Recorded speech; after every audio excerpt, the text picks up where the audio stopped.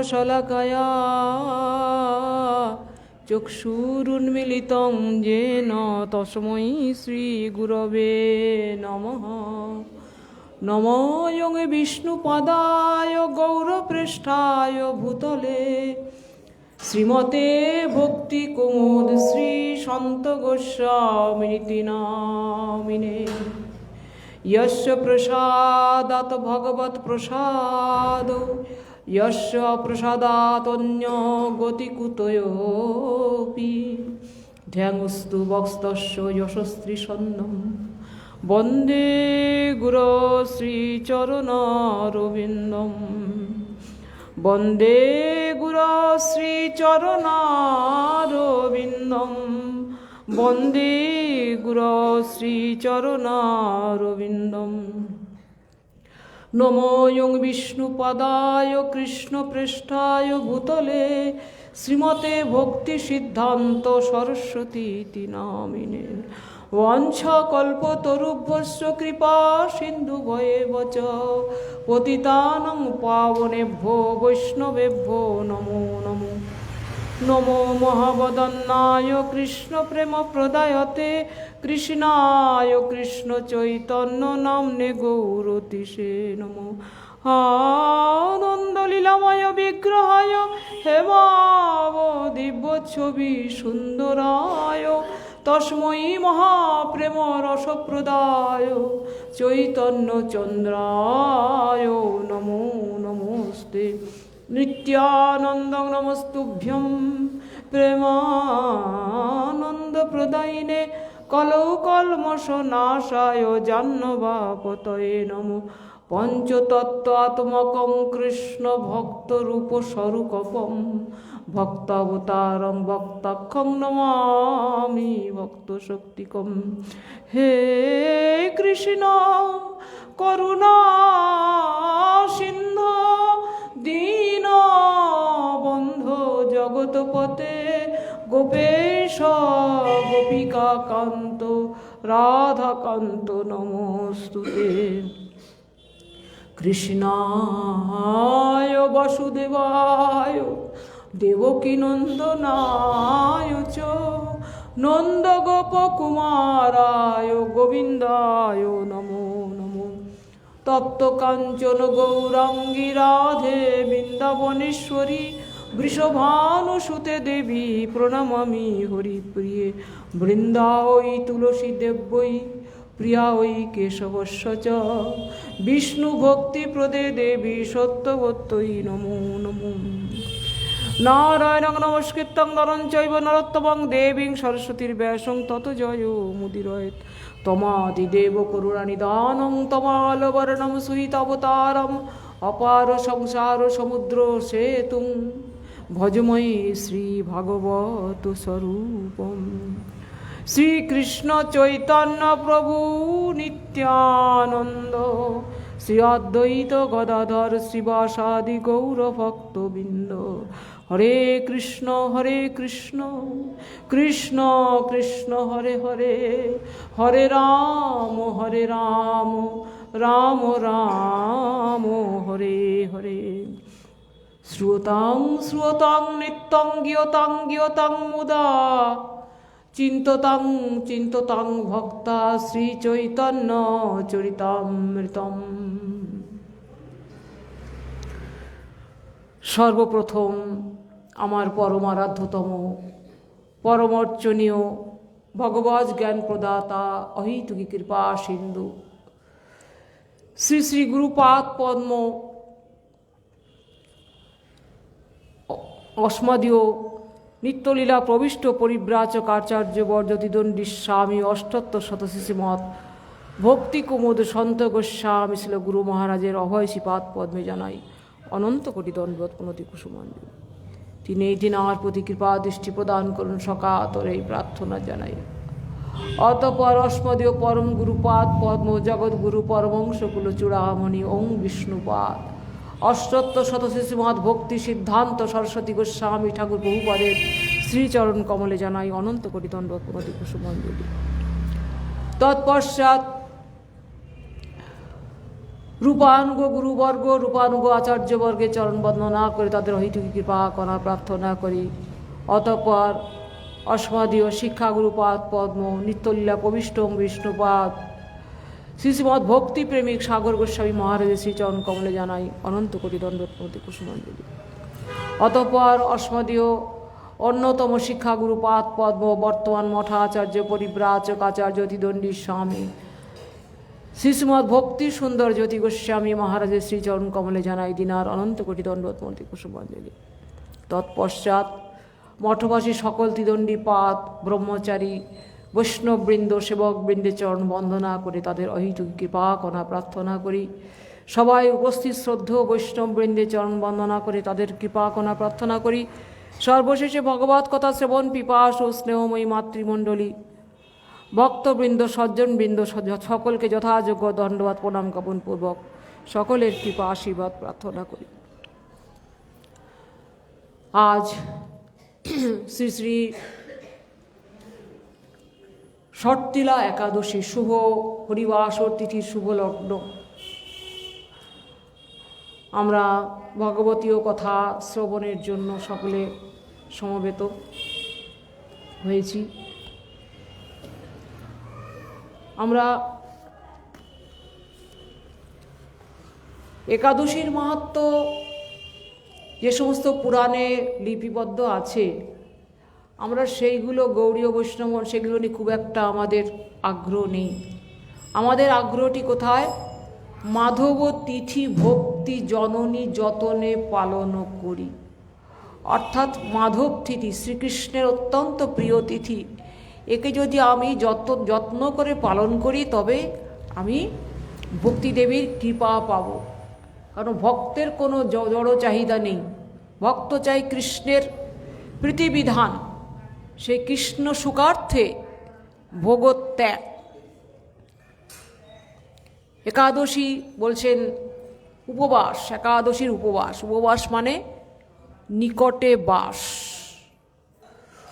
নিকটে কি করে বাস করব না? তার কথা, তারই সেবা, তারই সমস্ত কার্যে যতক্ষণ নিজেকে নিয়োজিত রাখতে পারবো সেটাই হবে আমার তার নিকটে বাস।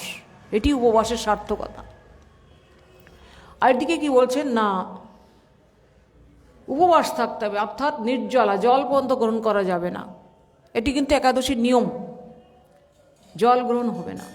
কিন্তু কলিহত জীব, অন্নগত প্রাণ, তার জন্য শাস্ত্র বিধান দিলেন যে অসমর্থ পক্ষে কিছু অনুকল্প করিবে। অসমর্থ কারা? শিশু, রোগী, যারা রোগী আমরা, আর বৃদ্ধা, তাদের পক্ষে হয়তো এই নির্জল উপবাস করা সম্ভব নয়, তাদের জন্য অনুকল্প। কিন্তু আমরা কলিহত জীব, আমরা সবাই দেখবেন শিশু, আমরা সবাই রোগী, আর সবাই বৃদ্ধ। গুরুমহারাজের আমলে গুরুমহারাজ একটা গল্প বলতেন, ঘটনা বলতেন যে একাদশীর দিনে ভোরে মঙ্গলারতি ওঠেনি। তাকে বলা হলো, তুই মঙ্গলারতি ওঠেনি কেন? বলে, গুরুদেব আজকে তো একাদশী, শরীরটা খুব দুর্বল লাগছিল তাই উঠিনি। তো সকাল থেকেই তার দুর্বলতা লাগছে। এটি একাদশীর সিদ্ধান্ত নয়। একাদশী করতে হবে ভগবানের প্রীতি বিধানার্থে, যতটুকু অনুকল্প না করলে নয় জীবন ধারণের জন্য, মানে পরিমিত নিতে হবে। এখন দেখবেন একাদশী নিয়ে ভীষণ চলছে, এই সমস্ত মানে ফেসবুকে দেখি সব প্রিপারেশান হচ্ছে, রেসিপি হচ্ছে কত রকম, এটা সেটা করে খান, এগুলো করে খান, লুচি ভেজে খান, একাদশী রুটি, একাদশী লুচি। যদি রুটি খাবি তাহলে একাদশী করার দরকার কি?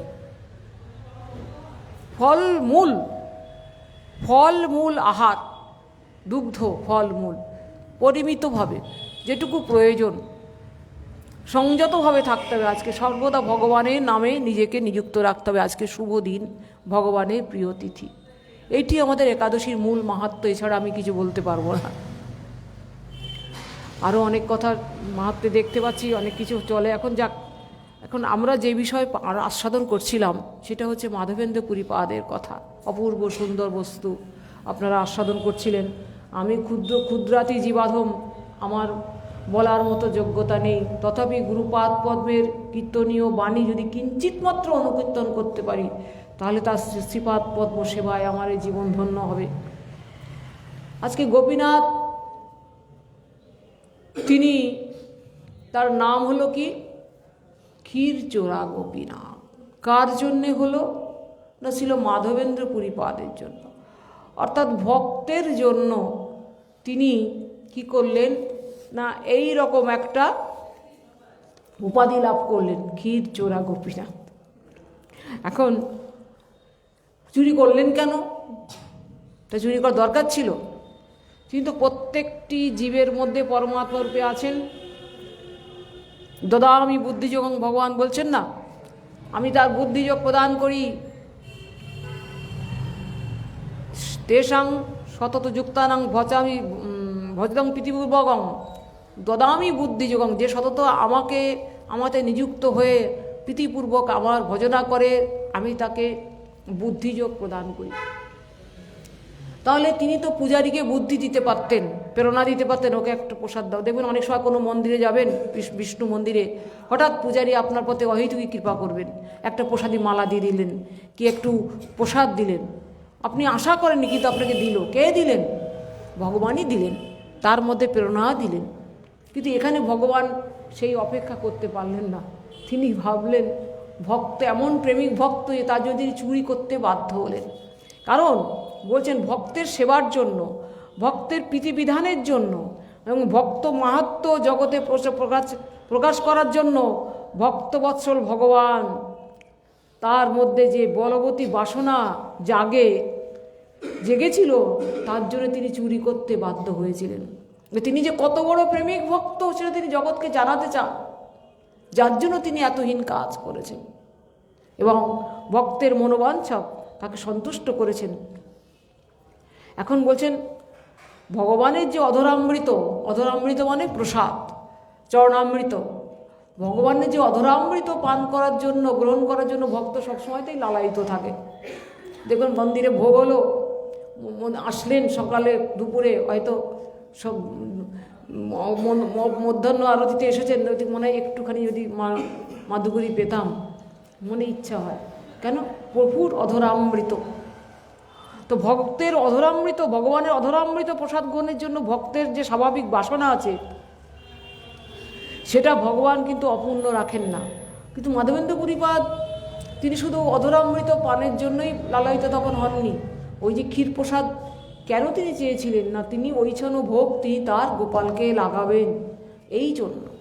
যাই হোক, এখন বলছেন যে এই যে চুরি করলেন তিনি তো সত্যস্বরূপ ভগবান, ত্রিসত্য, তিনি নিত্য সত্য বস্তু। তিনি সত্য বস্তু হয়ে, সত্যস্বরূপ হয়ে তিনি মিথ্যার আশ্রয় নিলেন। তিনি বলে ভগবান ভক্তের জন্য সব করতে পারেন। কীরকম দেখুন, তিনি যে ভক্তবৎসল, তার এই যে ভক্তের প্রতি তার যে কৃপার চেষ্টা, তিনি ভক্তের জন্য সত্যভঙ্গও পর্যন্ত করতে পারেন। তাই তিনি সত্যব্রত হলেও তিনি ভক্তের জন্য সত্য যে ব্রত তার, সেই ভক্তও তিনি ভঙ্গ করেন। কোথায় করেছিলেন বলুন তো? কুরুক্ষেত্রের যুদ্ধে ভীষ্ম ছিলেন কৌরবদের পক্ষে, কারণ তাদের নুন গুণ খেতেন, তাদের তো গুণ গাইতে হবে, উপায় নেই, তিনি তাদের পক্ষে আছেন। এখন ভীষ্ম জানেন বিশাল যোদ্ধা, তাকে পরাজিত করার শক্তি ত্রিভুবনে কারো ছিল না।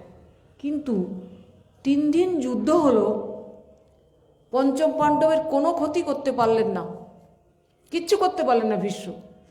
তখন দুর্যোধনের মনে একটা সন্দেহ হলো যে পিতামহ বোধহয়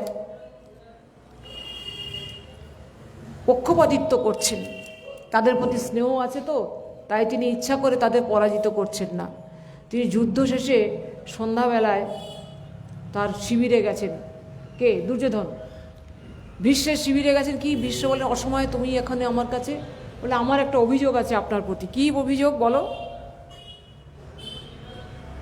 বলছে আমার মনে হয় আপনি পক্ষপাতিত্ব করছেন। 3 দিন হয়ে গেল আপনার মতো এত বড় যোদ্ধা পঞ্চপাণ্ডবের কেশাগ্রে স্পর্শ করতে পারলেন না, এটা কেউ বিশ্বাস করবে? ভীষ্ম বলছে ঠিক আছে, আমি এই যে দেখো 5টা বাণ রেখে দিলাম, এই 5টা বাণ দিয়ে কালকে আমি পঞ্চপাণ্ডবকে। দুর্যোধন খুব খুশি হলেন, যাক পিতামহ আমার কথা রেখেছেন, বলে তোমার কথা আমি রাখবো, এই 5টা বাণ দিয়ে কালকে আমি পঞ্চপাণ্ডবকে বিনাশ করব। চলে গেছেন দুর্যোধন, চলে গেলেন পরম আনন্দে, যাক পিতামহ আমার কথা রাখবেন। দেখুন ভগবান অন্তর্যামী কৃষ্ণ। এখন দুর্যোধনের কাছে 2টো বর প্রাপ্তি ছিল, কার? অর্জুনের। অর্জুন তখন বলেছিলেন, যখন বর তিনি দেবেন বলেছিলেন, তখন বলেছিলেন যে আমি যখন প্রয়োজন হবে তখন সেই বর চেয়ে নেব। এখন দুর্যোধনের মাথায় যে মুকুট ছিল, সেই মুকুটটার এমন একটা মানে ব্যাপার ছিল যে সেই মুকুটটা যে পরবে, যার মাথায় বসানো হবে তাকেই দুর্যোধনের মতো দেখতে লাগবে।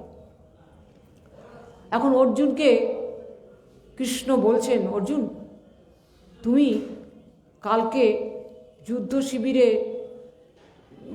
শিবিরে গিয়ে তুমি দুর্যোধনের কাছে তার মুকুটটা চেয়ে আনবে। বলে কেন? বলে তুমি চেয়ে আনো, তারপর আমি তোমাকে বলবো। তখন তিনি গেছেন, এখন শত্রুপক্ষের থেকে এসেছেন, কি ব্যাপার অর্জুন তুমি এখানে? বলে আমার তো তোমার কাছে 2টো বর প্রাপ্তি ছিল, আমি বর নিতে এসেছি। কী বর? বলে একটা বর আজকে নেব। কী বর? না তোমার চূড়াটা, তোমার মুকুটটা আমার চাই। বলে ওই কথা, নিয়ে যাও, আমার কত মুকুট আছে, নিয়ে যাও। দুর্যোধন মুকুটটা অর্জুনকে দিয়ে দিলেন। অর্জুন করলেন, কৃষ্ণর কাছে আনলেন। কৃষ্ণ বললেন এটা তুমি মাথায় পরো। অর্জুন মাথায় পরেছেন। বলে যাও ভীষ্মের শিবিরে চলে যাও, গিয়ে বলবে যে ওই বলে দিলেন যে তুমি তো আপনাকে যে 5টা বাণ দিয়েছিলাম, আপনি রেখেছেন কালকে পঞ্চপাণ্ডবকে মারার জন্য, ও 5টা বাণ আপনি আমার কাছে দিন, আমি রেখে দিই। কারণ কৃষ্ণ তো অত্যন্ত চতুর, কখনো হয়তো ছলনা করে আপনার কাছ থেকে ওগুলো নিয়ে নেবে। আপনি আমার কাছে রাখুন, যুদ্ধক্ষেত্রে আপনাকে আমি 5টা বাণ দিয়ে দেবো। ভীষ্মের কাছে গিয়ে অর্জুন সেই কথা বললেন। অর্জুনকে চিনতে পারলেন না ভীষ্ম, দেখলেন দুর্যোধন এসেছেন, তিনি 5টা বাণ তাকে দিয়ে দিলেন। অর্জুন 5টা বাণ নিয়ে শিবিরে চলে গেলেন।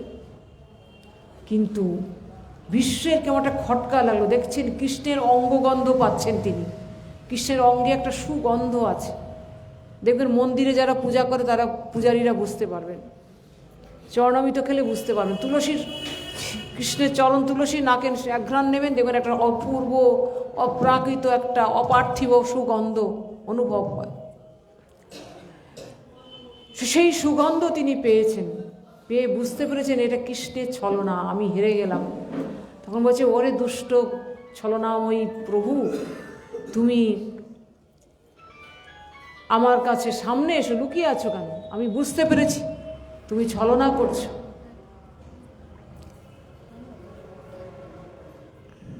ফোন কাটতে হবে। বলছেন তুমি সামনে এসো, তোমার যে তুমি যে আমার সাথে ছলনা করছো আমি বুঝতে পেরেছি। তখন কি করলেন? কৃষ্ণ হাসতে হাসতে তার সামনে এলেন। তখন ভীষ্ম বলছেন, হে কৃষ্ণ, তুমি প্রতিজ্ঞা করেছো না যে কুরুক্ষেত্রের যুদ্ধে তুমি অস্ত্র ধারণ করবে না? বলে হ্যাঁ। বলে আমি প্রতিজ্ঞা করলাম কালকে তোমাকে কুরুক্ষেত্রের যুদ্ধে আমি অস্ত্র ধারণ করাবই। চিন্তা করুন, ভক্ত ভগবানের লড়াই হচ্ছে। ভীষ্ম তো পরম ভক্ত না, কৃষ্ণের পরম ভক্ত। কী করলেন তিনি? যুদ্ধ আরম্ভ হলো পরের দিন, কুরুক্ষেত্রে যুদ্ধ চলছে, প্রচণ্ড যুদ্ধ চলছে। মানে এমন করে তীর বর্ষণ করছেন ভীষ্ম অর্জুনকে লক্ষ্য করে যে অর্জুন কপালে ঘামটা মোছারও সময় পাচ্ছেন না, ক্ষতবিক্ষত হয়ে গেছে। এমনকি কৃষ্ণের গায়েও তীর আসছে, কৃষ্ণও রক্তাক্ত হয়ে যাচ্ছেন। দেখুন ক্ষতবিক্ষত করে দিচ্ছেন ভীষ্ম, এমন যুদ্ধ চলছে। তখন কোনো এক ফাঁকে অর্জুন কপালের ঘামটা মুছতে গেছেন, আর সেই ফাঁকে অর্জুনের গান্ডীবের উপর তীর এসে পড়েছে, আর অর্জুনের গায়েও ক্ষতবিক্ষত হয়ে গেছে, রক্তাক্ত হয়ে গেছে, আর গান্ডীব ভেঙে গেছে। তখন কৃষ্ণ কি করলেন, এক লাফ দিয়ে রথ থেকে নেমে পড়লেন। নেমে পড়ে সামনে একটা ভাঙা চাকা ছিল, রথের চাকা, সেই চাকাটা নিয়ে ছুট মানে ধাবিত হয়েছেন ভীষ্মের দিকে। ভীষ্মকে একদম নিঃশেষ করে দেবেন। যেই ধাবিত হয়েছেন, ভীষ্ম সমস্ত অস্ত্র পরিত্যাগ করে দিয়ে কৃষ্ণের স্তব করতে শুরু করলেন। সে কি বলছে, প্রভু তোমার প্রতিজ্ঞা ভঙ্গ করে দিলাম, তাহলে তুমি ভক্তের জন্য সবই করতে পারো। ভক্তকে রক্ষা করতে, অর্থাৎ অর্জুনকে রক্ষা করতে তিনি প্রতিজ্ঞা ভঙ্গ করলেন, 1 নম্বর। 2 নম্বর হচ্ছে ভক্তের প্রতিজ্ঞাকে রক্ষা করতে নিজের প্রতিজ্ঞা ভঙ্গ করলেন। ভীষ্ম প্রতিজ্ঞা করেছিলেন অস্ত্র ধারণ করাবেন, তার সেই প্রতিজ্ঞাকে রক্ষা করতে তিনি তার নিজের প্রতিজ্ঞাকে জলাঞ্জলি দিলেন।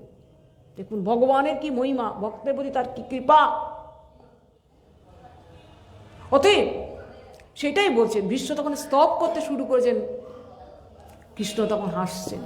তখন বলছে, প্রভু তোমার মহিমা অনন্ত, তুমি ভক্তের জন্য সব করতুম অকর্তুম অন্যথা করতুম, তুমি সব করতে পারো, করণীয় অকরণীয়। আজকে তাই ভগবান শ্রী গোপীনাথ তিনি মাধবেন্দ্র পুরী পাদের জন্য সেই চোর অপবাদ দিলেন। তিনি সত্যস্বরূপ ভগবান, তিনি আজকে চোর বলেন। যাই হোক, এখন কি বলছেন যে ভগবান তখন মাধবেন্দ্র পরিপাদের এই কথা, ভগবানের এই তারপর এই যে মহিমা, এই মহিমা যখন চলছে তখন কি হলো শুনুন। তারপরে কি বলছেন শুনুন আপনারা। তিনি তো ভগবান গোপাল দেবের আদেশে তিনি কর্পূর আনতেই এসেছিলেন সেই পুরীধামেতে, সেই সব সংগ্রহ করে আমরা এই অবধি পাঠ করেছি, সংগ্রহ করে তিনি রেমুনাতে এসেছেন। এখন রেমুনাতে এসে রাত্রে ওই এক স্বপ্ন দেখছেন। কি স্বপ্ন দেখছেন? সেই গোবর্ধন গিরিধারী গোপাল, সেই গোবর্ধনেশ্বর যে গোপালদেব যাকে তিনি প্রকট করেছেন, সেই শ্রীনাথজি, সেই গোপাল তাকে স্বপ্ন দিচ্ছেন যে মাধব তোমার সেবাতে আমি সন্তুষ্ট, তুমি সত্যি তুমি আমার ভক্ত। কেন তুমি এই বৃদ্ধ বয়সে অত দূর থেকে, দূর দূরান্তর থেকে পদব্রজে অত 1 মণ চন্দন কাষ্ঠ আর 20 তোলা কর্পূর বয়ে নিয়ে এসেছেন। কোথায়? লেমুনা অবধি এসেছেন, কিন্তু তার কোনো পরিশ্রান্ত ভাব নেই, তিনি আনন্দে অধীর। অথচ তিনি অযাচক বৃত্তি, তার খাওয়া দাওয়ারও কোনো ঠিক নেই, কেউ কিছু দিলে খান, নাহলে না খেয়ে থাকেন। কিন্তু সেই দিকে তার কোনো ভ্রুক্ষেপ নেই। তিনি প্রভুর জন্য চন্দন এনেছেন, সে আনতে পেরেছেন প্রভুর আদেশে, সেই আনন্দে আত্মহারা তিনি। আর তিনি কি করলেন না, স্বপ্নে দেখছেন যে গোপীনাথ বলছেন, কৃষ্ণ বলছেন যে আমি গোবর্ধনধারী গোপাল, আমি আর এই গোপীনাথ আমি একই অঙ্গ। তুমি তোমার পরীক্ষায়, তোমাকে পরীক্ষা নিয়েছিলাম, তোমার সেবায় আমি সন্তুষ্ট, তোমাকে এত দূর বয়ে আনতে হবে না। কারণ তখন এই মেদিনীপুর আর উড়িষ্যা ছিল, মেদিনীপুরের কিছু অংশ আর উড়িষ্যা সম্পূর্ণ ছিল হিন্দুদের রাজত্ব, কিন্তু তারপরে বাকি অংশটা ছিল ম্লেচ্ছ রাজত্ব। মানে ম্লেচ্ছের উৎপাত আমাদের জন্মান্তর ধরে আছে। তা ম্লেচ্ছের উৎপাতে এখন কৃষ্ণ ভাবলেন যে বৃন্দাবনের পথে যেতে গেলে আমার ভক্তের না জানি কত কষ্ট হবে, হয়তো ওর কাছ থেকে সমস্ত কিছু হরণ করে নেবে ম্লেচ্ছরা। ম্লেচ্ছরা রাস্তাঘাটে এরকম তখন উৎপাত এরকম করতেন। যাই হোক, কৃষ্ণ চিন্তা করলেন যে এখানেই আমার চন্দন লেপন করুক। তিনি তার ভক্তকে বললেন, তোমাকে কষ্ট করে আর বৃন্দাবনে আসতে হবে না চন্দন লেপন করতে, তুমি এই গোপীনাথের অঙ্গেই এই চন্দন লেপন করো, আমার অঙ্গ আর গোপীনাথের অঙ্গ একই। তখন মাধবেন্দ্র পুরীপাদ তার 2জন লোক সঙ্গে ছিল, আরও 2জন লোক চেয়ে নিলেন পূজারীদের কাছ থেকে সমস্ত বৃত্তান্ত বলে যে আমি এদের বেতন দেব, তোমরা কেন, উনি তো পাথেয় পেয়েছিলেন ওখান থেকে, পুরীর রাজা ওখান থেকে তাকে পাথেয় দিয়েছিল, সেই অর্থ দিয়ে তিনি বেতন দিয়ে সেই চন্দন ঘষিয়ে, যতদিন সেই চন্দন ছিল ততদিন তিনি গোপীনাথের শ্রী অঙ্গে সেই চন্দন লেপন হতে লাগলো। মাধবেন্দ্র পুরীপাদ আনন্দে সেই লীলা আস্বাদন করতে লাগলেন। আজও অবধি সেই চন্দন যাত্রায় সেই চন্দন লেপন হয় ক্ষীরচোরা গোপীনাথে, এবং সর্বত্র সমস্ত মন্দিরেই করা হয় তার অনুকরণে, আমাদের মন্দিরেও হয়, সর্বত্র হয়।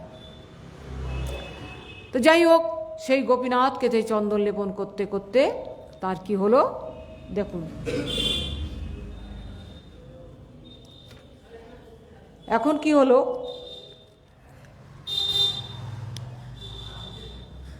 পরীক্ষা করিয়া গোপাল কইল আজ্ঞাদান, পরীক্ষা করিয়া শেষে হইল দয়াবান।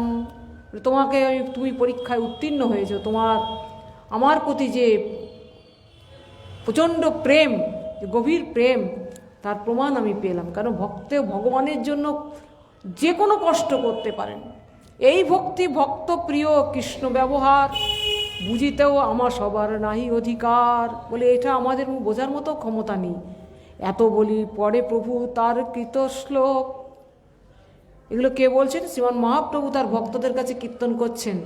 এই মাধবেন্দ্র পুরীপাদের গুণ কীর্তন করতে করতে মহাপ্রভু কি বলছেন? এত বলি পরে প্রভু তার কৃত শ্লোক, যেই শ্লোক চন্দ্রে জগৎ করেছে আলোক, ঘষিতে ঘষিতে জইছে মলায় অজসার, গন্ধবারে তৈছে এই শ্লোকেরও বিচার। যেমন চন্দন যত ঘষা যায় ততই তার গন্ধ বেরোয়, তেমনি ভক্ত চরিত্র যতই কীর্তন করা যায় ততই তার আস্বাদন হয়। যেমন আমরা কদিন ধরে একটা জিলাই পাঠ করছি, কিন্তু দেখবেন যতই শোনা যায় ততই আনন্দ হয়। রত্নগণ মধ্যে জইছে কৌস্তবমণি, রসকাব্য মধ্যে তৈছে এই শ্লোক গণি। এই শ্লোক করিয়াছেন রাধার ঠাকুরানী, তার কৃপায় স্ফুরিয়াছে মাধবেন্দ্রে বাণী। কিবা গৌরাঙ্গ ইহা করে আস্বাদন, ইহা আস্বাদিতে আর নাহি চৌঠ জন। শেষকালে এই শ্লোক পঠিতে পঠিতে সিদ্ধিপ্রাপ্তি হইল পুরীর শ্লোকেরও সহিতে। এবার ছিল মাধবেন্দ্র পুরী পাদ, তার শ্রীমুখ থেকে একটা শ্লোক স্ফুরিত হলো। যেই শ্লোক রাধারানীর শ্রীমুখে স্ফুরণ হয়েছিল, সেই শ্লোক তার শ্রীমুখ থেকে স্ফুরিত হলো। এটি অত্যন্ত গৌড়ীয় বৈষ্ণবগণের অত্যন্ত আস্বাদনীয় শ্লোক। কি বলছেন শুনুন, পদ্মাবলিতে মাধবেন্দ্র পুরীপাদ বাক্য। ওই দীন দয়ার্দ নাথ হে মথুরা নাথ, কদাপলক্ষ হৃদয়ং তদপলোক কাতরং, দ্বৈত ভ্রাম্যতি কিঙ্করমহম। ওহে দীন দয়ার্দ্র নাথ, ওহে মথুরা নাথ, কবে তোমাকে দর্শন করিব? তোমার দর্শন অভাবে আমার কাতর হৃদয় অস্থির হইয়া পড়িয়াছে। হে দ্বৈত, আমি এখন কি করিব? এই শ্লোক পড়িতে প্রভু হইলা মূর্ছিত, প্রেমেতে বিবশ হইয়া পড়িল ভূমিতে। এখন এই শ্লোকটা মহাপ্রভু পড়ছেন, মাধবেন্দ্র পুরীপাদ কৃত শ্লোক, কিন্তু রাধারানীর শ্রীমুখের বাক্য। কি বলছেন? ওই দীন ও দয়ার্দ্র নাথ, বলছেন হে দীন দয়া, অর্থাৎ দিন। দিন মানে দিন কাকে বলে? যার যোগ্যতা, প্রচুর যোগ্যতা, প্রচুর সম্মানীয় ব্যক্তি, কিন্তু তিনি নিজেকে দিনহীন জ্ঞান করেন, তিনি প্রকৃত দিন। হয়তো পৃথিবীর বিচারে তিনি সর্বোচ্চ সম্মানীয় বস্তু, কিন্তু তিনি নিজেকে সব থেকে হীন বলে জ্ঞান করেন নিজেকে। তিনি তুমি শুনেছ মহাপ্রভুর ভক্তের আদর্শ, বৈষ্ণবের আদর্শ। সেই দিনের প্রতি ভগবান কীরকম না, দিনের অধিক দয়া করেন ভগবান। দেখুন আজ কবিরাজ গোস্বামী পাদ, তিনি অত বড় বৈষ্ণব, যিনি চৈতন্য চরিতামৃতকার। চৈতন্য চরিতামৃত পৃথিবীর শ্রেষ্ঠ গ্রন্থ। বলছেন পৃথিবীর সমস্ত গ্রন্থ যদি রসাতলে চলে যায়, এমনকি শ্রীমদ্ ভাগবত যদি জগতে না থাকে, শুধু চৈতন্য চরিতামৃত যদি থাকে, তাহলে জগতের কোনো ক্ষতি হবে না। ওই জন্য চৈতন্য চরিতামৃত পড়তে গেলে আগে শ্রীমদ্ ভাগবত প্রচুর পরিমাণে অধ্যয়ন করতে হবে, তবেই চৈতন্য চরিতামৃত অনুধাবন করা যাবে। যখন আমাদের পরমাত্মা শ্রী গুরুপাদ পদ্ম যে সমস্ত গ্রন্থ প্রকাশ করেছিলেন, তার মধ্যে চৈতন্য ভাগবত আমাদের প্রকাশিত হয়ে গেছে। আগে ছিল ম্যানুয়ালি ছিল, তখন তো হাত ঘোরানো সেই প্রিন্টিং মেশিন ছিল। এখন আমাদের তো কম্পিউটার সব হয়ে গেছে, তা আমরা সেটাকে কম্পিউটারাইজড করছি। চৈতন্য চরিতামৃত, চৈতন্য ভাগবত হয়ে গেছে, তো চৈতন্য চরিতামৃত করছি গুরুপাদ পদ্মের নির্দেশে। প্রায় 800 পেজ, কিন্তু আমার যে কম্পিউটারে যে ছেলেটি কম্পোজ করে, সে আমাকে বলছে, সে কিন্তু এই পথের প্রতীক নয়, সে বলছে দিদি আমি অবাক হয়ে যাই যে তখনকার দিনে সেই একজন বৈষ্ণব বৃদ্ধ, তিনি বলছেন না আমি বৃদ্ধ জরাতুর লিখিতে লিখিতে কারয়ে কর কাপয়ে কর। কবিরাজ গোস্বামী বৃদ্ধ জরাতুর ছিলেন, জরাজীর্ণ শরীর, তার হাত কাঁপে। আমাদের মতো এরকম ভালো পেন টেন কিছু ছিল না। ওই হ্যাঁ, সেই কি কাগজ বলে সেই হ্যাঁ হ্যাঁ ভোজপত্রের মধ্যে তিনি লিখছেন সেই। কিন্তু তার যে জ্ঞান,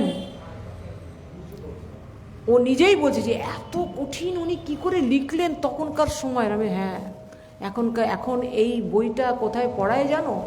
MA ক্লাসে রিসার্চ করে এই বই গ্রন্থ। কোন স্ট্যান্ডার্ডের বই, কে লিখেছেন?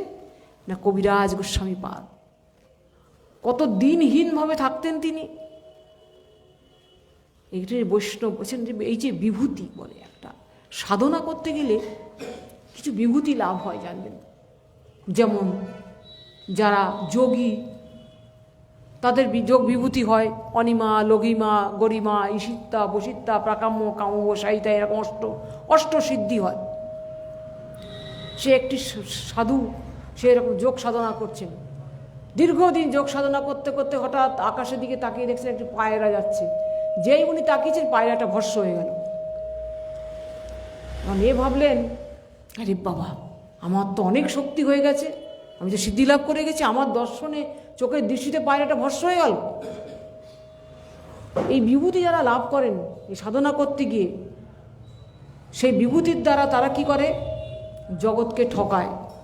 বিশাল সাধু সেজে বসলো, শূন্যর থেকে একটা প্রসাদ এনে রসগোল্লা এনে আপনার হাতে দিয়ে দিচ্ছে, এ করছে, কত রকম বিভূতি দেখায়, খেল দেখায়। তাদের আর সাধনায় অগ্রসর হওয়া হয় না, তারা ওইখানেই থেমে গেল। কিন্তু যারা এই সমস্ত বিভূতিকে অতিক্রম করে সাধনায় আরও ঊর্ধ্ব দিকে যায়, তারা আলটিমেটলি তাদের সাধনার পথে তারা পৌঁছাতে পারে। তা সে পায়রা ভস্ম করা সাধু এক গৃহস্থ বাড়িতে ভিক্ষা করতে এসছেন। সেই গৃহস্থ বাড়িতে যে মা ভিক্ষা দেবেন, তিনি তখন তার পতি সেবা করছিলেন। আর তিনি বলছেন ভবতী ভিক্ষাং দেহি, ভবতী ভিক্ষাং দেহি। কি তিনি বলছেন আসছি বাবা, আসছি আসছি। স্বামী সেবা পেলে তো আর আসতে পারে না, সে তো পতিব্রতা নারী না। যখন সে স্বামী সেবা করে বেশ দেরিতে এসেছেন, এসে তখন সেই সাধু খুব ক্রোধান্বিত, এ কি এত বিলম্ব হলো তোমার? তখন বলছেন যে প্রভু আমি স্বামীর সেবা করছিলাম, আপনি আমাকে অপরাধ নেবেন না। বলছি তুমি স্বামী সেবা করছো, আমি ভিক্ষুক, আমি সাধু, তোমার দ্বারে এসেছি, আমাকে অপেক্ষা করে তুমি স্বামী সেবা করছো? তুমি জানো আমি কে? বলে হ্যাঁ জানি, আপনি পায়রা ভস্ম করা সাধু। এই তো আপনি পায়রা ভস্ম করতে পারেন, এইটা আপনার পরিচয়। এটা সাধুর পরিচয় নয়, কিছু বিভূতি দেখিয়ে দেওয়া সাধুর পরিচয় নয়। সাধুর পরিচয় কি বলছেন? ঘৃষ্টং ঘৃষ্টং পুনরপি পুন চারু চন্দন গন্ধ, ছিন্নং ছিন্নং পুনরপি পুণ্য চারু চৈবাক্ষ দণ্ডম, দগ্ধং দগ্ধং পুনরপি পুন কাঞ্চন কান্ত বর্ণং, ন প্রান্তে প্রতি প্রকৃতি বিকৃতি জায়তে সজ্জনানাং। শ্লোকটা মনে রাখবেন। যদি মনে করি আখকে কেটে টুকরো টুকরো করে আখের সমস্ত মিষ্টত্ব নষ্ট করে দেব, যত টুকরো করবেন ততই সেটা মিষ্ট হবে। আর কি বলছেন? চন্দনকে ঘষে ঘষে এর গন্ধ সব শেষ করে দেব, যত ঘষবেন তত চন্দনে গন্ধ বেরোবে। সোনাকে পুড়িয়ে একবার ছাই করে ফেলবো, যত পোড়াবেন সোনা পাকা হবে। ন প্রাণান্তে প্রকৃতি বিকৃতি জায়তে সজ্জনানাং। যিনি সজ্জন ব্যক্তি, যিনি সাধু, তার প্রকৃতি কখনো বিকৃত হয় না। সাধু সাধুই থাকেন সর্ব অবস্থাতে। ছিলেন না হরিদাস ঠাকুর? তাকে যখন 22 বাজারে বেত্রাঘাত করছে, তিনি কি বললেন? হে প্রভু তুমি এদের ক্ষমা করো, এরা জানে না কি করছে, এদের তুমি ক্ষমা করে দিও। চিন্তা করুন তো। তারপরে তারা যখন মেরে 22 বাজারে মেরেও তাকে যেন মারতে পারলেন না, মরলেন না, তাকে তো মেরে ফেলতে বলেছে না, কাজী আদেশ করেছে মেরে ফেলবে।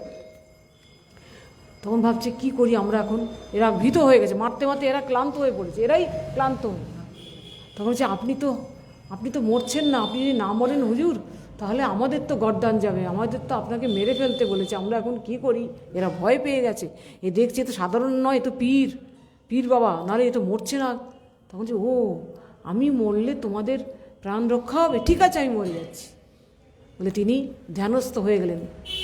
নিঃশ্বাস আটকে তিনি একদম গম্ভীর হয়ে গেলেন, ধ্যানস্থ হলেন। এরা ভাবলেন মরে গেছে, টানতে টানতে নিয়ে গেলেন রাজসভাতে, কাজীর সভাতে। কাজী বলল যে এ তো মুসলমান হয়ে হিন্দুর নাম করছে, ভগবানের নাম হরিনাম করছে, ওকে আমরা কবর দেবো না, গড় দেবো না, আর ও হিন্দুর মতো ওকে পড়াবেও না, কেন ও তো হিন্দু নয়, ওকে পড়াবে না, ওকে জলে ফেলে দাও, গঙ্গার জলে ফেলে দাও। দেখুন মানে সাপে বর হলো, যেই ওনাকে গঙ্গায় ফেলে দিলেন উনি আস্তে আস্তে নিঃশ্বাস করে চিৎসাতার দিয়ে দিয়ে আস্তে আস্তে আস্তে আস্তে অন্য তীরে গিয়ে বসে বসে হরিনাম করছেন। ওদের কিন্তু খেয়াল আছে, ওরা দেখছে আরে কিছু মরেনি, ওই দেখো হরিনাম করছে। কাজীর কাছে খবর গেল, কাজী ছুটে এসেছেন, এসে ক্ষমা চাইছেন, পীর আপনি পীর বাবা, আপনি ক্ষমা করুন আমাদের, আমরা অন্যায় করেছি আপনার প্রতি, ছি ছি ছি ছি। বলছে না না তোমাদের কোনো অপরাধ হয়নি, একে বলে সাধু। সাধুর প্রকৃতি কখনো বিকৃত হয় না। তো সাধু যে ক্রোধ দেখান, হ্যাঁ সাধুরও ক্রোধ হয়। কোথায় হয়? বলছে ক্রোধ ভক্ত দেশী জনে, যে ভক্তের প্রতি যে দেশ করবে তার প্রতি ক্রোধ দেখাতে বলছেন। সেখানে সাধু ক্রোধ দেখাবেন। হ্যাঁ যাই হোক, এখন কি হলেন, মাধবেন্দ্র পুরীপাদ তিনি এই শ্লোক যখন রচনা হয়েছিল, যখন তিনি বলতে বলতে তিনি দেহত্যাগ করেছিলেন, তো এটি হচ্ছে কি না মাথুর বিরোহিনী শ্রীমতী রাধারানীর শ্রীমুখের বাণী। এই জন্য প্রভুপাদ ছিল ভক্তি সিদ্ধান্ত সরস্বতী গোস্বামী ঠাকুর বলেছেন, মাথুর বিরোহিনী রাধারানীর পাদপদ্ম সেবাই আমাদের জীবনের একমাত্র সাধনা। জানবেন আমাদের গৌড়ীয় বৈষ্ণব সাধনা কিন্তু এইটাই, অর্থাৎ সেই বিরহকে জাগানো, অভাববোধকে জাগানো। কৃষ্ণ ভুলি সেই জীব অনাদি বহির্মুখ, আমরা অনাদি বহির্মুখ হয়ে জগতে আছি। সেই ভগবানের সেই পাদপদ্মকে লাভ করার জন্য আমাদের ক্ষুধা বাড়াতে হবে, এটি আমাদের সাধনা। অর্থাৎ বিরহটাকে জাগাতে হবে, অভাববোধটা না জাগালে হবে না। যার জন্য শ্রীমান মহাপ্রভু স্বয়ং ভগবান শ্রীকৃষ্ণ হয়ে তিনি রাধারানী ভাবকান্তি নিয়ে এসেছেন। তিনি এসে সেই আকুল স্বরে তিনি গাইছেন, কোথা যাও কাহা পাও ব্রজেন্দ্র নন্দন, ব্রজেন্দ্র নন্দন বিনা ফাটে মোর বুক। এই বুক ফাটা আর্তনাদ নিয়ে শ্রীমান মহাপ্রভু জগতে এসেছিলেন। এই আর্তনাদ তোমার হৃদয়ের মধ্যে, এই অভাবটাকে, এই বিরহটাকে জাগরিত করো। হচ্ছে না কেন বলুন তো? আমাদের হয় না, বহু কষ্ট হবে না কেন বলুন তো? আমাদের অভাববোধটাই জগৎকে নিয়ে। আত্মীয় স্বজন পরিবার বর্গ যাদের আমি আপাতভাবে আপন ভাবছি তারা কিন্তু কেউ কারো নয়। যখন লাইনে ডাক পড়বে দেখবেন না, তখন কেউ ধরে রাখতে পারবে না আপনাকে, আপনাকে চলে যেতে হবে। যতই ধরে তারা হাত পা আপনার ছুঁড়ে কাঁদুক যে যেও না বাবা যেও না, তাকে কিন্তু যেতেই হয়। ক্ষণিকের পরিচয় এই জগতে আমরা এসেছি, ক্ষণিকের সম্বন্ধ আমাদের।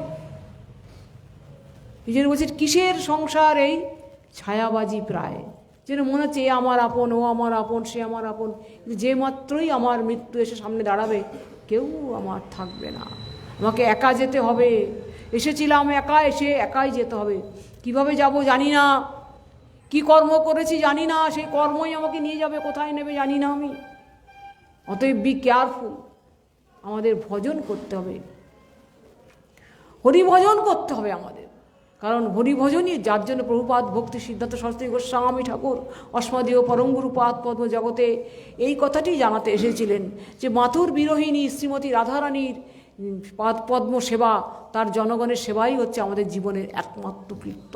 সেই মাথুর বিরোহিনী রাধারানীর সেই শ্রীমুখে স্ফুরিত বাণী আজকে মাধবেন্দ্র পুরীপাদের চিত্তের মধ্যে স্ফুরিত হলো। কীরকম দেখুন, আজকে মহাপ্রভু ঈশ্বর পুরীপাদকে গুরুকরণ করলেন কেন, এখানে একটু শুনুন কি বলছেন। বলছেন শুদ্ধ ভক্তিবাদী বেদান্তমূলক বৈষ্ণবগণ চারি সম্প্রদায়ে বিভক্ত। দেখুন যারা শুদ্ধ ভক্ত, এই শুদ্ধ ভক্ত জগতে এসেছে কিন্তু অনেক পরে। আজকে ধর্ম নিয়ে অনেক হানাহানি অনেক কিছু চলছে, কিন্তু একটু আমাদের বুঝতে হবে, এগুলো জানার চেষ্টা করবেন। দেখুন প্রথমে কি হলো, মারামারি কাটাকাটি হানাহানি এইসব জীব হিংসা চলতে লাগলো। তখন আসলেন কে? ভগবান বুদ্ধদেব। বুদ্ধদেব এসে তিনি কি করলেন? ঈশ্বরের সত্তা স্বীকার করলেন না, না দেখলেন এখানে ঈশ্বরের সত্তা প্রতিষ্ঠা করা যাবে না, এরা অত্যন্ত আসুরিক প্রবৃত্তির। তিনি শূন্যবাদ প্রচার করলেন। কিভাবে? এই দেখো তোমরা যে পরস্পর হানাহানি করছো, হিংসা করছো, এসব কিছু না। এসব কেন করছো? অহিংসা পরম ধর্ম, কাউকে হিংসা করো না, পরিণামে তোমাদের শূন্যে মিলিয়ে যাবে। হৃদঙ্কিত্বা গীতং পিবেদ যাবৎ জীবের তাবৎ পিবেদ বর্ষী বতস্ব দেহস্য কুত পুনরায়ত কুত। তুমি জগতে যে কদিন আছো ঋণ করে ঘি খাও, চার্বাকের কথা। ওই ভোগ করে নাও, পুনর্জন্ম বলে কিছু নেই, পরিণামে তুমি শূন্যে মিলে যাবে। কেন মারামারি কাটাকাটি হানাহানি করছো? দেখুন এখানে কিন্তু ঈশ্বরের সত্তাকে স্বীকার করা হলো না। কেন?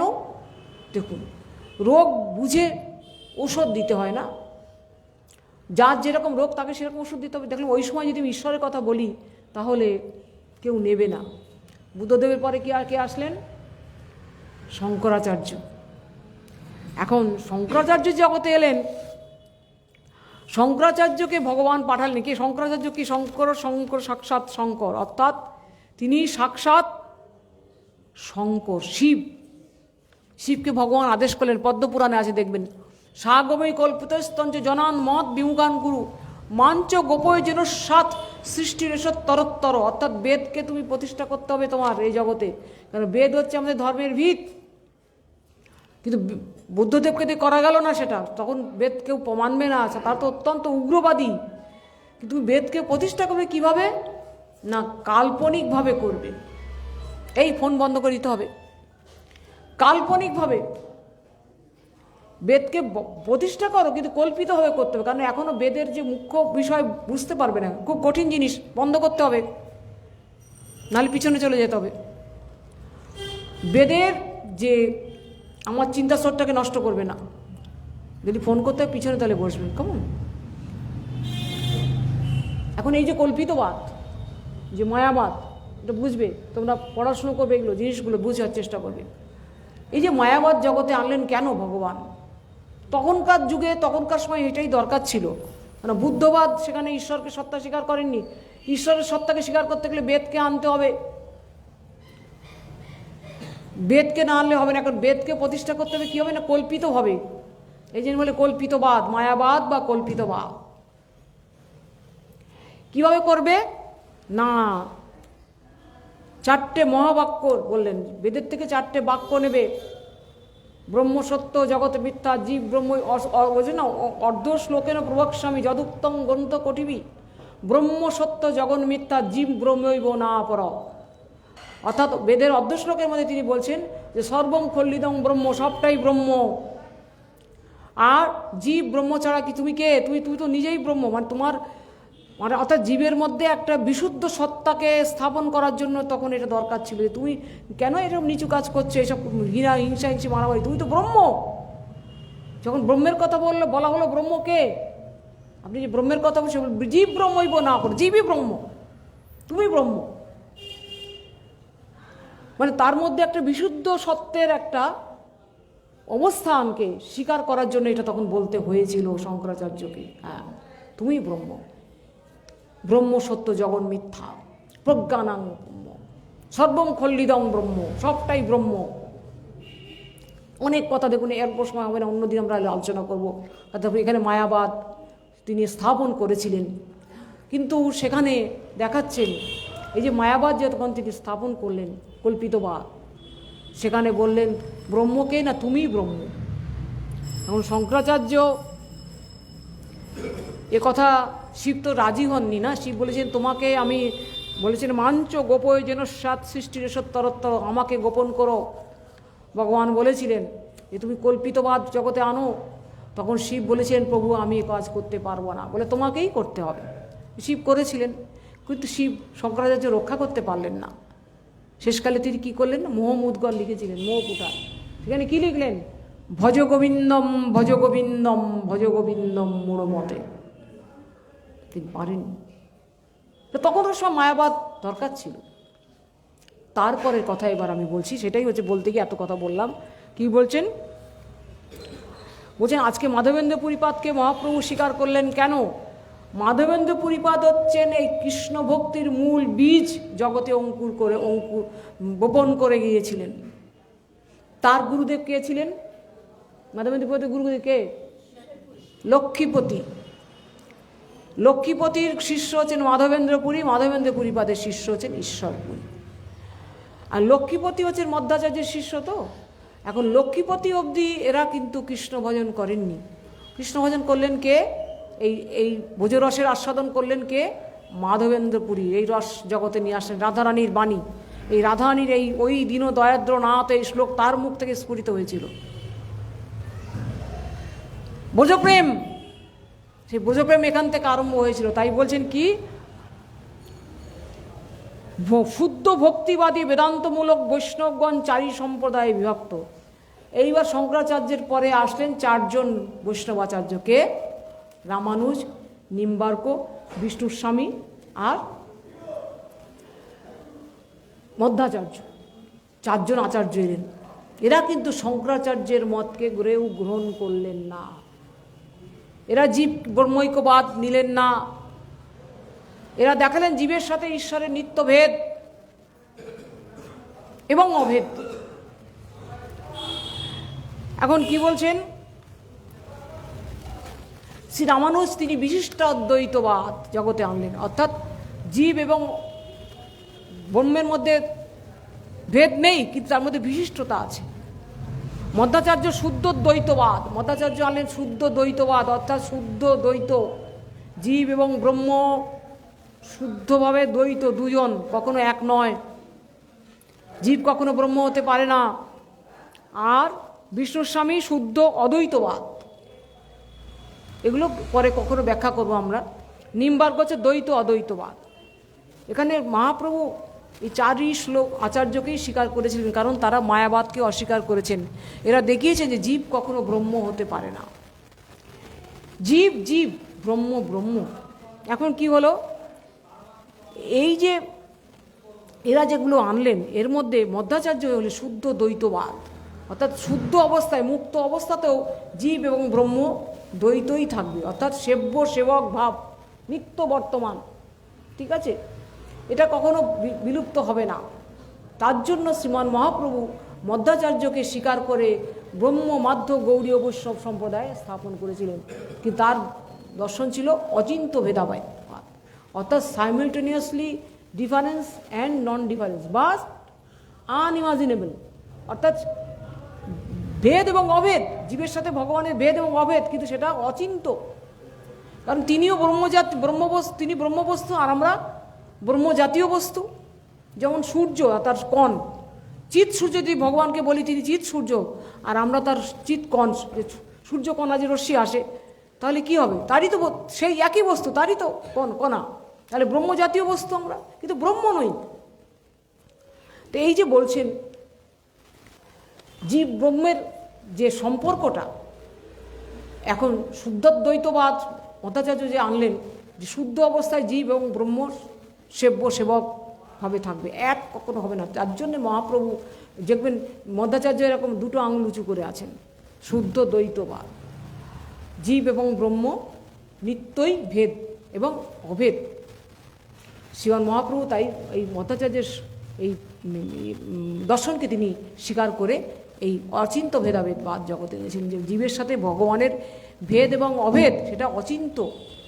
তা সেই যে ভক্তিবাদ এসে গেল, এই ভক্তিবাদ আনলেন কারা? এরা। কিভাবে না বলছেন যে এই যে শুদ্ধ ভক্তিবাদী বেদান্তমূলক বৈষ্ণবগণ চারি সম্প্রদায় বিভক্ত, যেটা বলছি, তন্মধ্যে শ্রী মধ্বাচার্য সম্প্রদায় স্বীকার পূর্বক ছিল মাধবেন্দ্র পুরী বৈষ্ণব সন্ন্যাস গ্রহণ করিয়াছিলেন। মধ্বাচার্য হইতে মাধবেন্দ্র গুরু লক্ষ্মীপতি পর্যন্ত ওই সম্প্রদায় শৃঙ্গার রসময়ী ভক্তি ছিল না, অর্থাৎ মধ্বাচার্যের পর্যন্ত, মধ্বাচার্য পরে লক্ষ্মীপতি, সেখানে কিন্তু এই ব্রজরসের ভাবনার কথা ছিল না। কোথা থেকে আসলো? মাধবেন্দ্র পুরীপাদ থেকে আসলো। কীরকম? তাদের যেরূপ ভক্তি ছিল তাহা মহাপ্রভু দক্ষিণ দেশ ভ্রমণ করতে গিয়ে তিনি বিচার করে দেখেছিলেন যে সেখানে সেই শৃঙ্গার রসের কথা নেই, সেখানে লক্ষ্মীনারায়ণ পূজা, সেখানে ঐশ্বর্য মার্গীয় ভজন দেখেছিলেন।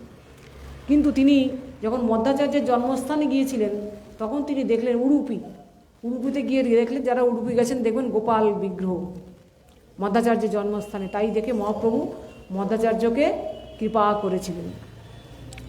মাধবেন্দ্রপুর এই অপূর্ব শ্লোক রচনার দ্বারা শৃঙ্গারময়ী ভক্তির বীজ বপন করেন। ইহাতে ভাব এই যে মথুরা রাজা প্রাপ্ত কৃষ্ণের, এখন এই শ্লোকের একটু ব্যাখ্যা শুনুন।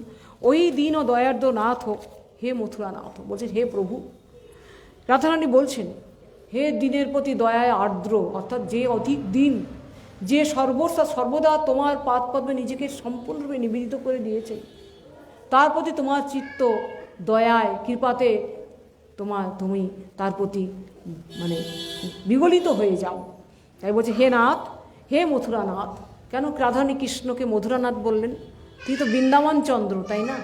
কিন্তু যেহেতু কৃষ্ণ বৃন্দাবন ছেড়ে মথুরায় গেছেন, মথুরার রাজ্যভার গ্রহণ করে সেখানে আছেন, তাই শ্লেষ করে বলছেন রাধারানী তুমি আর এখন বৃন্দাবন চন্দ্র নেই, তুমি এখন মথুরানাথ।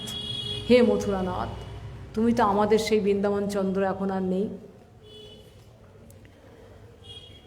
ওই নজরুলগীতি আছে না, হারিয়ে গেছে কি বোঝের কানাই দ্বারাবতীর দেশে। কি সুন্দর কথা, গানগুলো গানটা এত অপূর্ব যে তুমি তো মথুরায় গিয়ে আমাদের ভুলে গেছো প্রভু, আমাদের তো তুমি আর এখন নেই, তুমি মথুরানাথ হয়েছো। বলছি হে মথুরানাথ, কদাপলক্ষ সে একবার কৃপা করে আমাদের প্রতি তুমি কৃপা দৃষ্টি দাও। হৃদয়ং তদ অপলক কাতরং, তোমাকে দর্শনের জন্য আমাদের হৃদয় বড় কাতর হয়ে গেছে। হে দ্বৈত ব্রহ্মতি কিম করো, আমরা এখন কি করব? আমরা যে দেহ আর রক্ষা করতে পারছি না, তোমার বিরহে কাতর হয়ে পড়েছি। এই যে বিরহের তীব্র উন্মাদ নিয়ে মাধবেন্দ্র পুরীপাদ দেহ রক্ষা করেছিলেন, তার জন্য শ্রীমান মহাপ্রভু মাধবেন্দ্র পুরীপাদের সেই ধারাকে গ্রহণ করেছিলেন। তিনি তার শিষ্য ছিলেন ঈশ্বর পুরীপাদ, তাকে তিনি গুরুরূপে বরণ করেছিলেন। অতএব সেইটি হচ্ছে কথা, যে সেই শৃঙ্গার রসময়ী যে প্রেম, যে আস্বাদন, সেই আস্বাদনের রাজ্যে গৌরহরি জগতে এসেছিলেন সেই আস্বাদন আমাদের দান করার জন্য। এবং স্বয়ং তিনি কৃষ্ণ হয়েও, স্বয়ং কৃষ্ণ হয়েও তিনি একদিন তিনি নিজের মানে শ্রীমুখ দর্শন করেছিলেন এরকম আয়নাতে, দেখে নিজের রূপ দেখে নিজেই মুগ্ধ হয়ে গিয়েছিলেন যে এত সুন্দর আমি।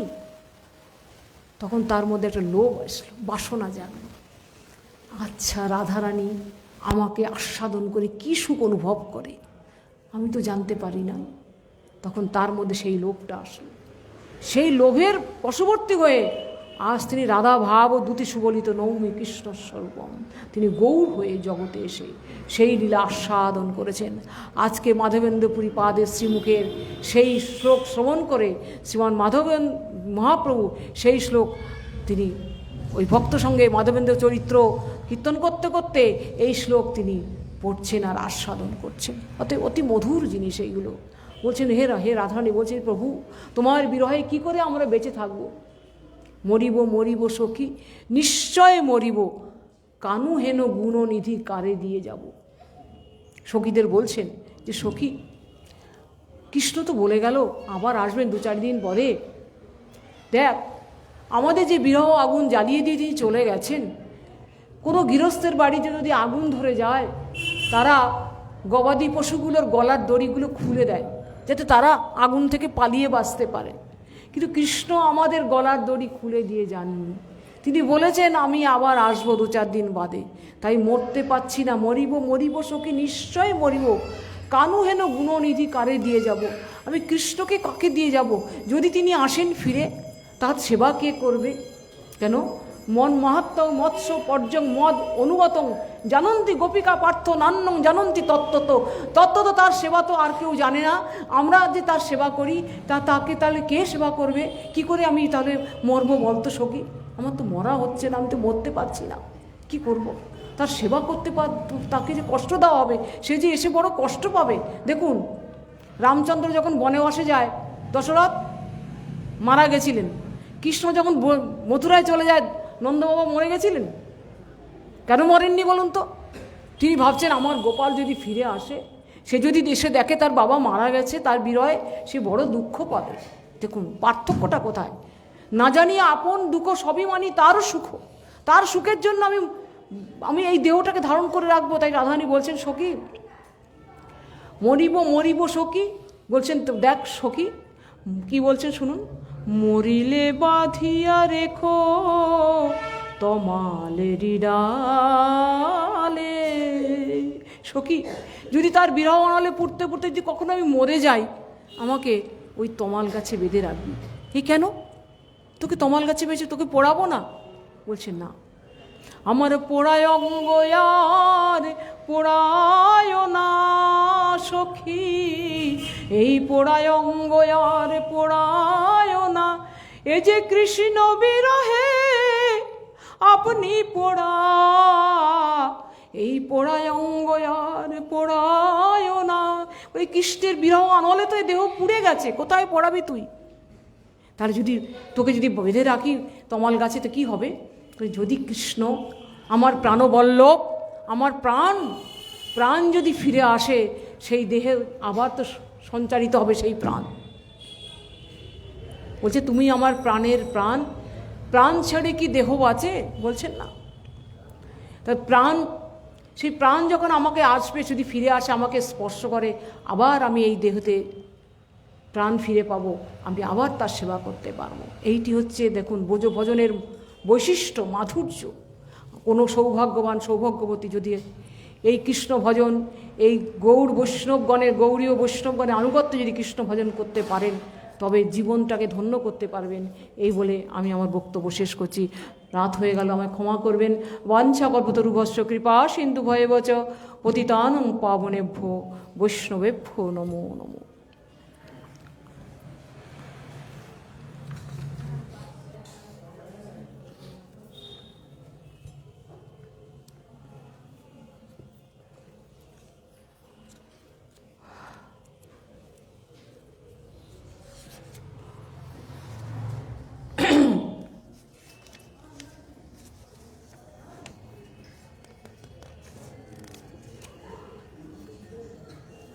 অন্তর মন্দিরে জাগো জাগো মাধব কৃষ্ণ গোপাল। অন্তর মন্দিরে জাগো জাগো মাধব কৃষ্ণ গোপাল। জাগো মাধব কৃষ্ণ গোপাল। নবয়রুণ সম জাগো হৃদয়ে মম, নব অরুণ সম জাগো হৃদয়ে মম, সুন্দর গিরিধারী লাল।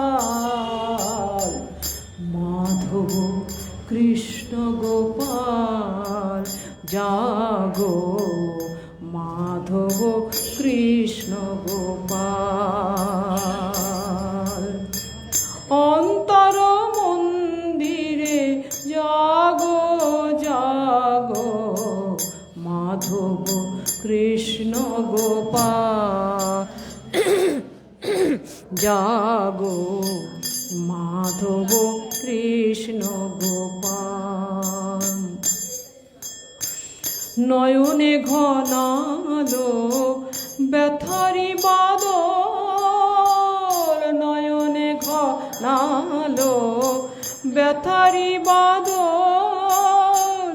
জাগো জাগো তুমি কিশোর শ্যামল, নয়নে ঘনালো ব্যথারি বাদল।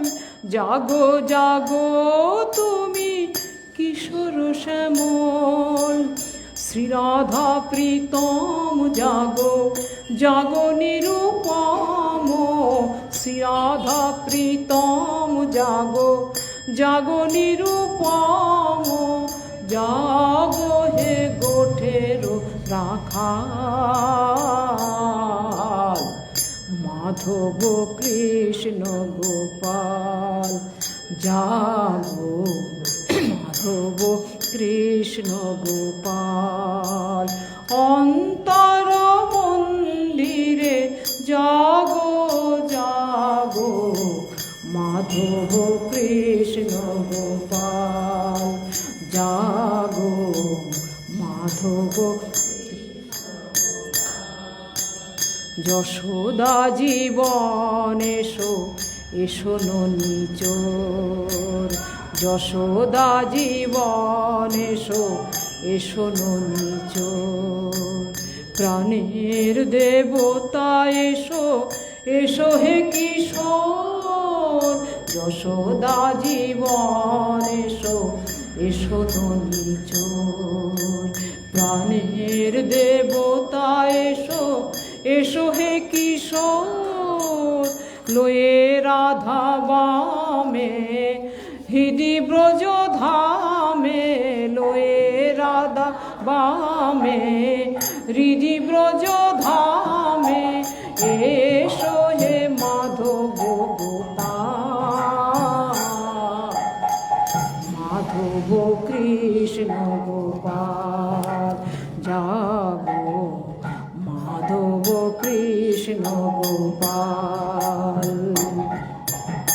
অন্তর মন্দিরে জাগো জাগো মাধব কৃষ্ণ গোপাল। জাগো মাধব কৃষ্ণ গোপাল। নবয়রুণ সম জাগো হৃদয়ে মম, নবয়রুণ সম জাগো হৃদয়ে মম। সুন্দর গিরিধারী লাল, মাধব কৃষ্ণ গোপাল। জাগো মাধব কৃষ্ণ গোপাল, অন্তর মন্দিরে জাগো জাগো মাধব কৃষ্ণ গোপাল। যশোদা জীবন এসো এসো নিচোর, প্রাণের দেবতা এসো এসো হে কিশোর। যশোদা জীবন এসো এসো নিচোর, প্রাণের দেবতা এসো এসো হে কিশোর। লয়ে রাধা বামে হৃদি ব্রজ ধামে, লয়ে রাধা বামে হৃদি ব্রজ ধামে। এসো হে ব্রজের রাখাল, মাধব কৃষ্ণ গোপাল। জাগো মাধব কৃষ্ণ গোপাল, অন্তর মন্দিরে জাগো জাগো মাধব কৃষ্ণ গোপাল। জাগো মাধব কৃষ্ণ গোপাল। হরিহরায় নম কৃষ্ণ যাদবায় নম, যাদবায় মাধবায় কেশবায় নম।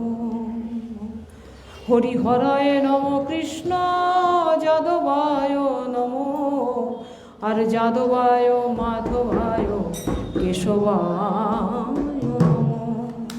গোপাল গোবিন্দ রাম শ্রী মধুসূদন, গোপাল হরে গিরিধারী গোপীনাথ মদন মোহন, গিরিধারী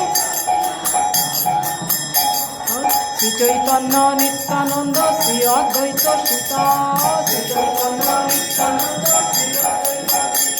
আর হরি গুরু বৈষ্ণব ভাগবত গীতা, হরি গুরু বৈষ্ণব জয় রূপ সনাতন ভট্ট রঘুনাথ, জয় রূপ আর শ্রীজীব গোপাল ভট্ট দাস রঘুনাথ, একবার জয় দাও জয় দাও, একবার জয় দাও জয় দাও, ওই গিরিধারী গোপীনাথে জয় দাও জয় দাও, আমার রাধা মদন মোহনের জয় দাও জয় দাও,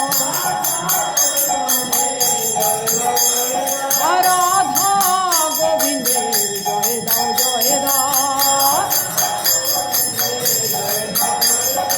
রাধা গোপীনাথের জয় দাও জয় দাও,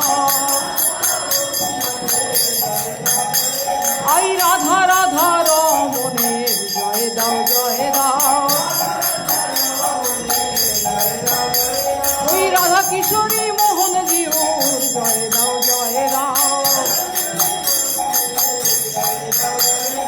জয় দিলে জয়ী হবে জয় দাও জয় দাও, জয় দিলে রাধা মদন মোহনের জয় দাও জয় দাও, জয় রূপ সনাতন ভট্ট রঘুনাথ, জয় আর শ্রীজীব গোপাল ভট্ট দাস রঘুনাথ, শ্রীজীব আমি এই ছয় গোসাই করি চরণ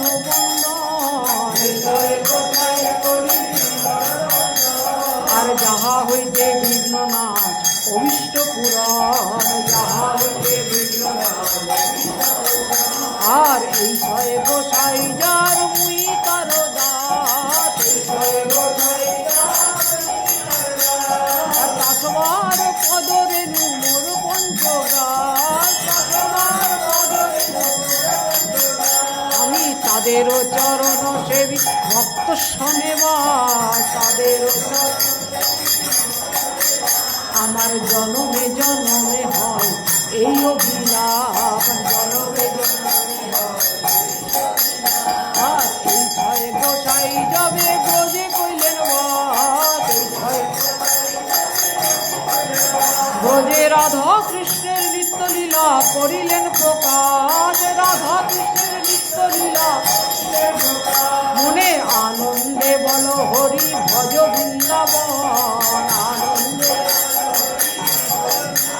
মনের আনন্দে বল ভাই, মনের আনন্দে বল ভাই, তোমার নিরানন্দ চলে যাবে আনন্দে বল ভাই, নিরানন্দ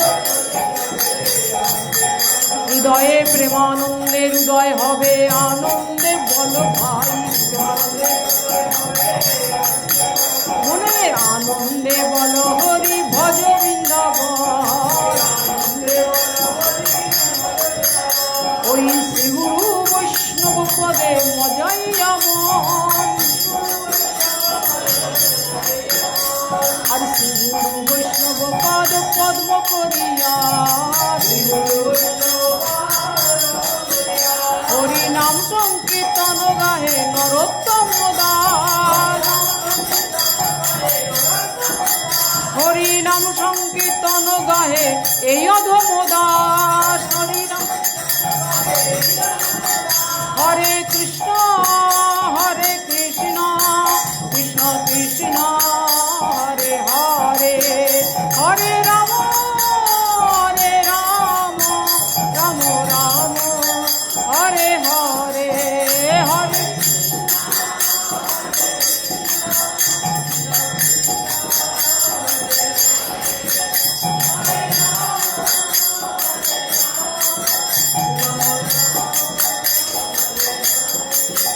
নিতাই গৌর হরি বল হরি বল হরি বল হরি বল, নিতাই গৌর হরি বল। নমঃ